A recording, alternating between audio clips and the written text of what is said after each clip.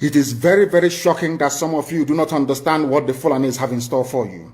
Very, very soon it is going to happen. And when it happens, your eyes will clear. And about whom you will see it very clearly. I was warning you. It is the spillover of their same, should I say, terror effects that we are feeling right across the South. That was why we said with the launch of ESN that we cannot allow that nonsense to continue. They know they are not going to make any headway in the East. They have turned their attention to the West. They are forcibly occupying their land and telling them that they cannot do anything about it. A whole presidency in a country openly and brazenly supporting terrorists.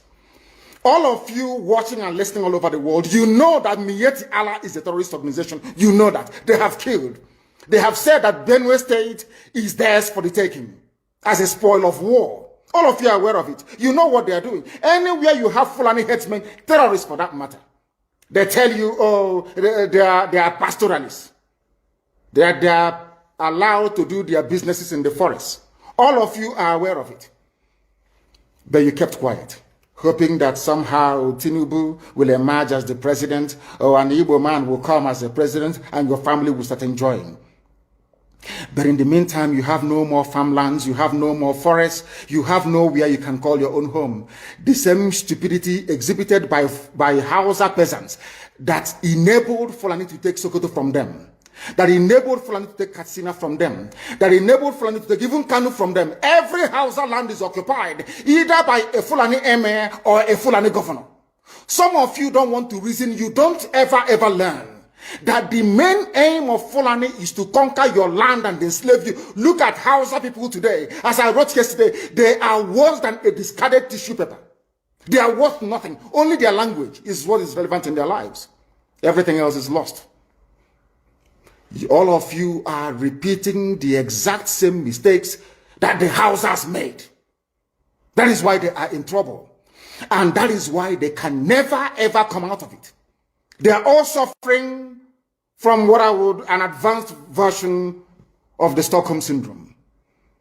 Can you imagine that these people came into their land and took it over and they cannot do anything about it? Hausa is gone. It took Fulani very many years before they came out of their shell to say we are Fulani. Remember before, many years ago, they told you we are Hausa Fulani. We are Hausa Fulani. Because that time, their subjugation of the Hausa race hasn't been completed. Now they have completed it. Have they not completed it? And what is happening right now? I ask you what is happening now. Fulani have now come out to tell you we are Fulani people. Is that not what they are saying now? They are not telling you we are Fulani. No more Hausa Fulani. What does that tell you? That the Hausa race no longer exists. Do you want the same thing to happen to you? Do you want the same thing to happen to your families, to your villages? Do you want your towns, let's say Obomosho, to be renamed into a Fulani name? Do you want Onisha to answer a Fulani name? Forget all the nonsense about unity of Nigeria. All they are uniting against is your common interest. Unless you prefer epileptic power supply, unless you prepare to live your whole life without running water, unless you want to live in abject poverty and deprivation, your only alternative is a revolution. Let nobody discourage you. All the countries of the world doing very, very well, they all went through a revolution. You must go through it. If you don't go through it, you can never ever survive. As a people, Fulani will take you over. As simple as that. This very day, we are making it known to the whole world that the Muslim extremist dictatorship masquerading as a secular democratic government must be demolished. It must be demolished for you to survive. They have to be demolished. If you do not demolish them, your lives will end very, very miserably. I assure you. I assure you. The zoo is on its knees. Everybody knows that the zoo called Nigeria is on its knees. Who doesn't know that? Everybody knows. Nothing is functioning. You are all aware of it. When they say go and register for NIM or whatever, NIN or whatever rubbish is called, all of you trooped out. Without legislation, without any laws. Fulani can control you however they like. Once they announce it, Yoruba newspapers very foolishly and stupidly will support them because they want Tinubu as the president. And you are all dying every blessed day. You are all dying every day. Had you people risen up to say that what is happening in Nigeria is bad, there is no way that Fashoranti's daughter will not be alive today. That is the price you pay for duplicity. That is the price you pay for treachery. That is the price you will continue to pay until you rise up and say enough is enough.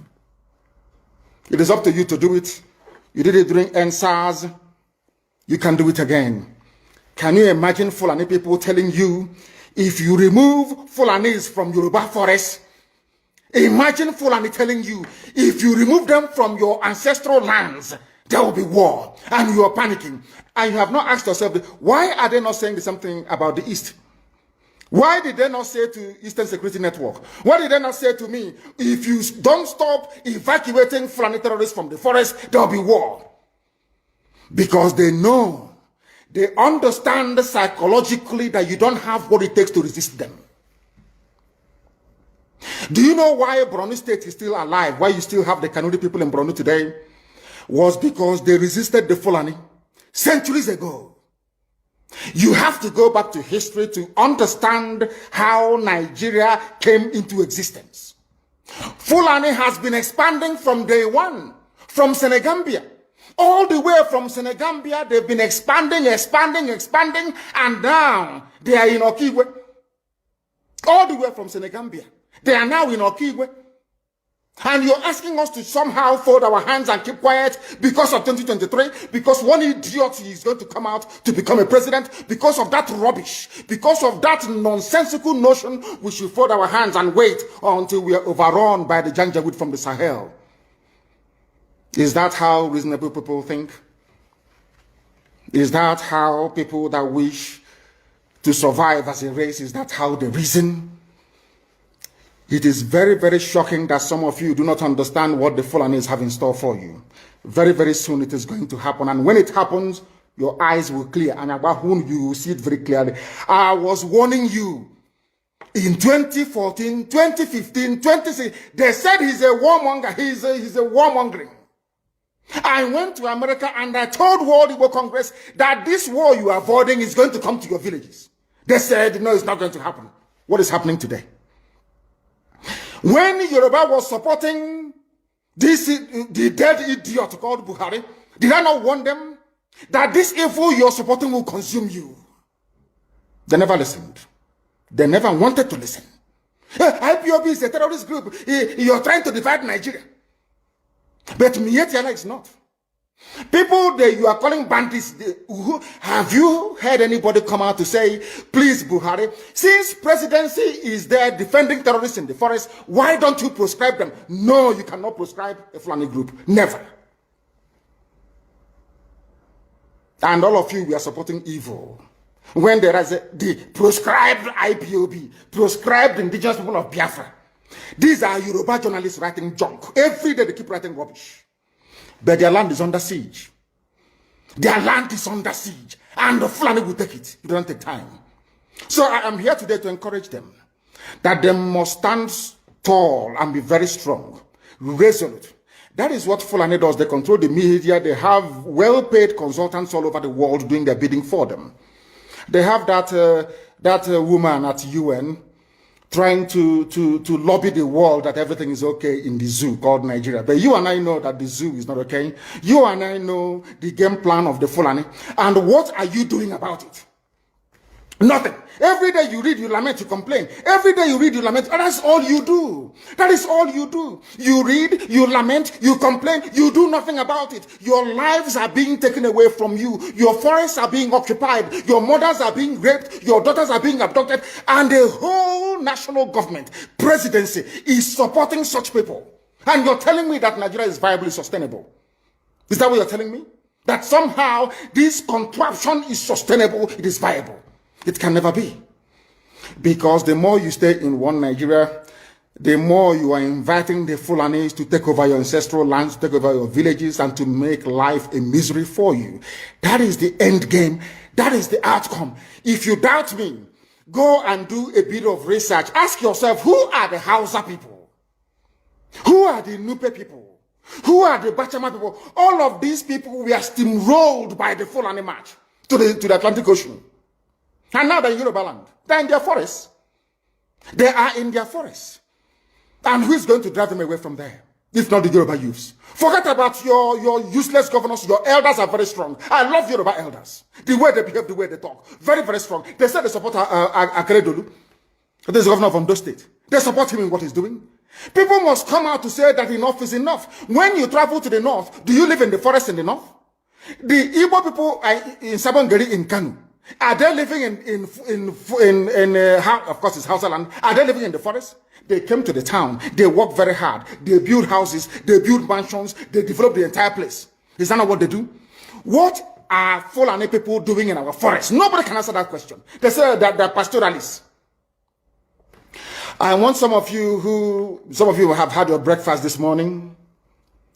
Please go to your fridge or go to where you keep your beverages and you will see pig milk. Pig. Some of us were raised on pig milk. For how many years now? And you keep asking yourself, what is pig milk? Pig milk is the same milk that the cows produce in Holland can be produced in the zoo. Tell me the country in the world aspiring to be a member of the UN Security Council where you move cattle from place to place. Are you people well at all? You so-called Nigerians, are you normal in the brain? I'm asking you a simple question. Show me a country that aspires to be in the 21st century moving cattle from place to place. Tell me they're grazing. Which country is that? Please tell me. All of you don't have any shame. When you have people, an entire presidency coming out to defend a very primitive, archaic agricultural practice, then you know you embrace serious mess. You are in one almighty trouble, I'm telling you. You people are in a mess.